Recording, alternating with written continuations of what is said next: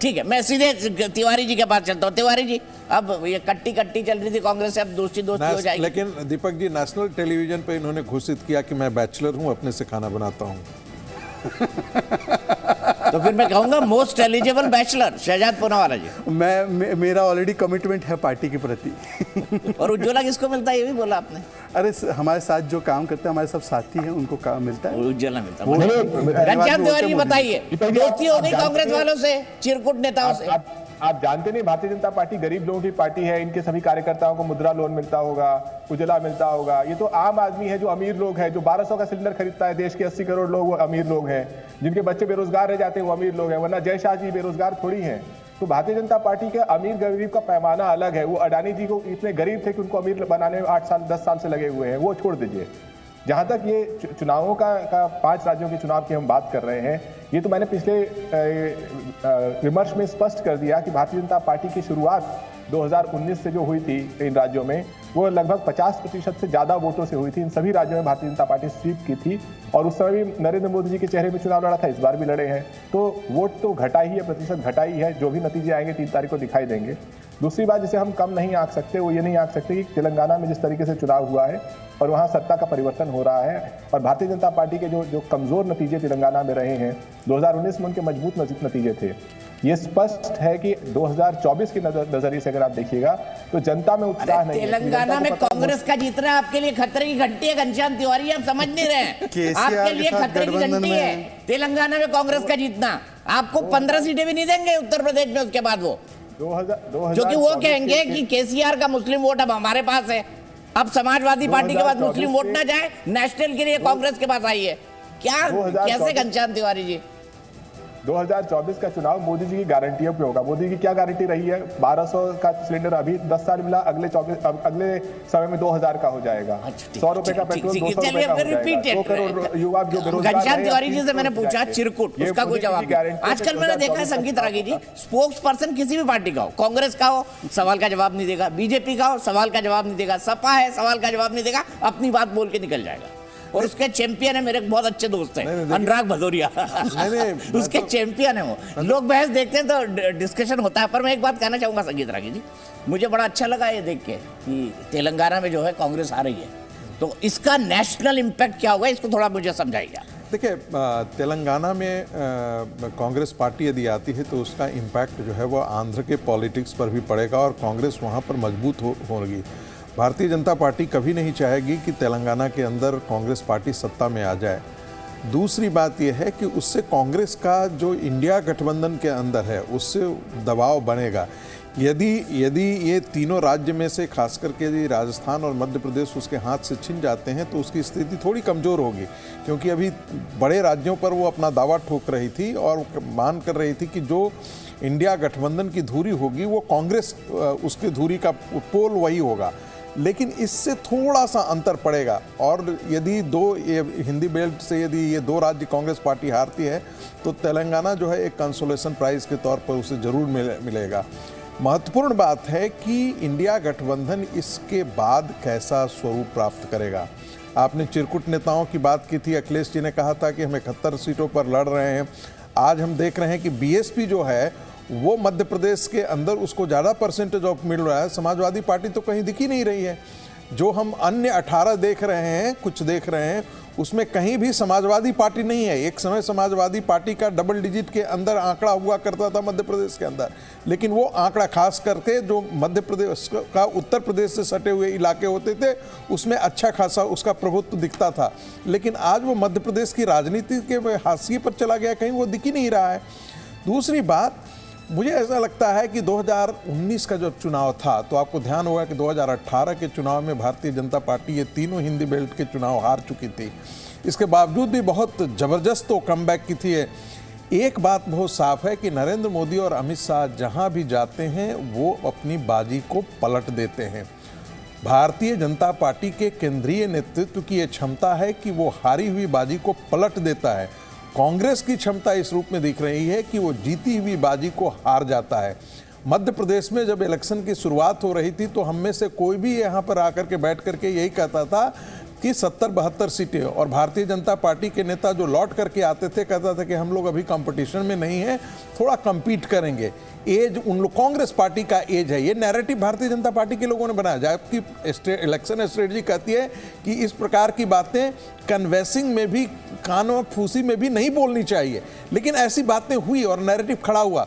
उस सारी चीज़ों को पलटते हुए जब 151 सीटों का आंकड़ा सामने आता है मध्य प्रदेश में, तो मानना पड़ेगा कि एक जबरदस्त संगठन, जबरदस्त नेतृत्व, केंद्रीय नेतृत्व को सलाम करना पड़ेगा कि जिस प्रकार से उन्होंने पूरी बाजी पलट डाली। और कांग्रेस ने कोई ऐसी चीज नहीं छोड़ी जो हिंदुत्व की पॉलिटिक्स को डेंट करने के लिए, वहां बाबा बागेश्वर धाम को भी कमलनाथ जी ने यूज किया, हिंदुत्व कार्ड को भी कहा हम बड़े बड़े मंदिर बनाएंगे, सारी चीजें घोषणा करने के बावजूद ओल्ड पेंशन स्कीम को लाने की बात किया। ये बड़ा एक इमोशनल मुद्दा था खासकर से सरकारी कर्मचारियों के लिए, क्योंकि उनको लगता था कि देखिए ये कांग्रेस पार्टी जो है यदि ओल्ड पेंशन स्कीम लाती है तो हमारे लिए बहुत अच्छा होगा। सब कोई अपनी सोशल सिक्योरिटी योजना के प्रति इतना आकर्षित रहता है, लेकिन यदि ये सारी चीजें काम नहीं कर रही है तो 2024 के लिए कांग्रेस के लिए बड़ा सोचनीय विषय होगा। इसमें केवल एक पंक्ति जोड़ सकता हूं, देखिए इनके विश्लेषण को, केवल एक, जहां कांग्रेस की सरकार है राजस्थान और छत्तीसगढ़ में भी नेक टू नेक है, किसी ने ये नहीं कहा था नेक टू नेक रहेगा, सबको लग रहा था 65+। बिल्कुल, जहां पर कांग्रेस की सरकार है वो सरकार के खिलाफ एंटी इनकम्बेंसी ज्यादा है, और जहां पर भाजपा की सरकार है क्योंकि उसका काम ऐसा है वहां पर एंटी इनकम्बेंसी नहीं प्रो इनकम्बेंसी है। अब तेलंगाना में क्या होगा वो तो हम देखेंगे, देखते रहेंगे, परंतु अगर कांग्रेस वहां पर आगे भी बढ़ती है, मान लीजिए एक मिनट के लिए, तो वो किसी और के एंटी इनकम्बेंसी में आगे बढ़ रही है। ये कांग्रेस की कोई उपलब्धि नहीं है। ठीक है, मैं 2 सेकंड एक जोड़ देना चाहता हूं। देखिए इतनी बार, इतनी लंबा, मतलब कोई पार्टी सरकार में रहे, सीपीएम की सरकार बंगाल में रही, लेकिन हमको सब कोई जानता है कि वहां पर एक टेरर कल्चर पैदा करके उन्होंने वहां पर सरकार को सत्ता में कायम किया है। भारतीय जनता पार्टी डिलीवर कर दे, बेशक ऐसा नहीं है कि सब कोई खुशी ही होगा, लेकिन सब कोई मानता है कि गवर्नेंस का मॉडल जो है वो कम से कम मध्य प्रदेश में शिवराज सिंह के खिलाफ गुस्सा कम से कम नहीं था। मैं आपको एक बात बता दूं, आपने कहा मोदी और शाह की जोड़ी जहां जाती है चुनाव पलट देती है, लेकिन कांग्रेस का नैरेटिव उसके काउंटर में है। हिमाचल और कर्नाटक में तो नहीं पलट पाई, ये कांग्रेस का नैरेटिव है। 30,000 टोटल वोट से जीतती है, और उसका भी कारण आप भी जानते हैं, हम भी जानते हैं। ठीक है, मैं सीधे डॉली जी के पास चलता हूँ। डॉली जी ये कह रहे हैं कि हारी हुई बाजी, जीती हुई बाजी को कैसे हारना है, कोई कांग्रेस से सीखे, ऐसा आभास हो रहा है इन एग्जिट पोलों से।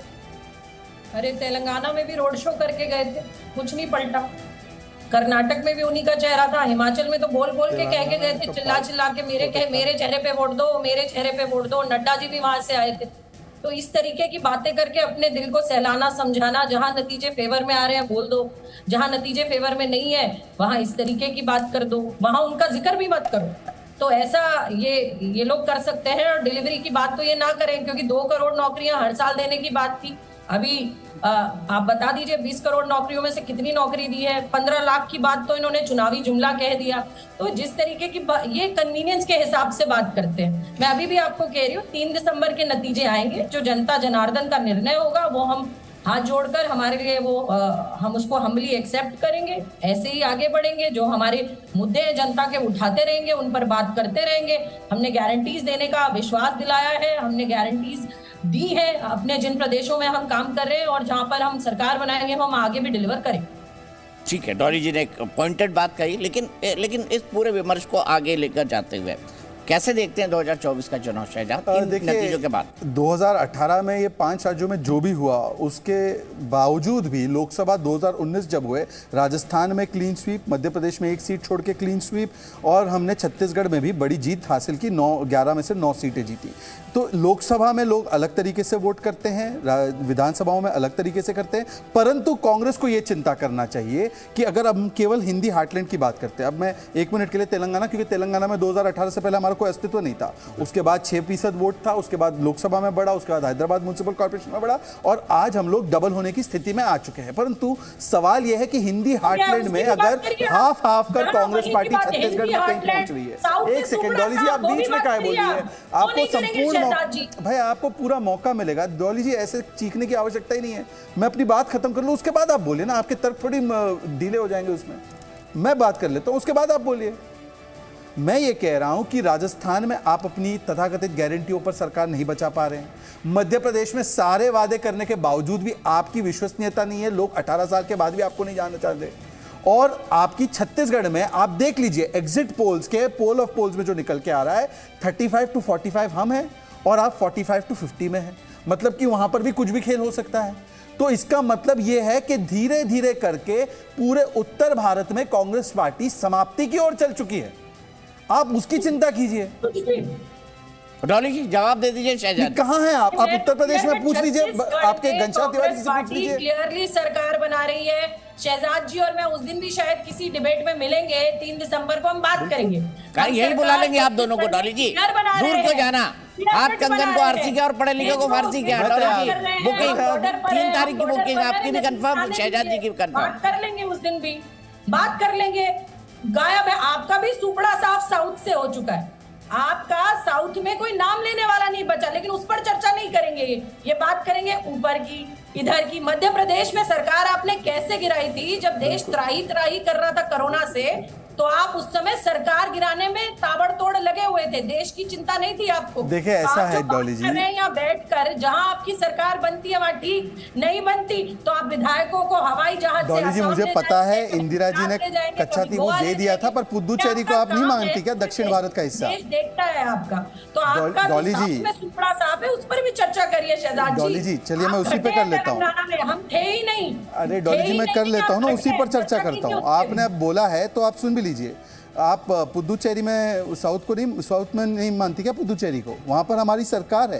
क्या करे, आप लोगों की आदत रही है, कच्चा तीगू दे दिया आपने, इंदिरा जी ने दे दिया था श्रीलंका को, तो हो सकता है कि आप पुदुचेरी को कुछ नहीं मानती हो, समझती हो। और कर्नाटका में भी 2018 में आप जीते, उसके बाद क्या हुआ भाई? उसके सॉरी आपने सरकार बनी, उसके बाद क्या हुआ आप बताइए ना।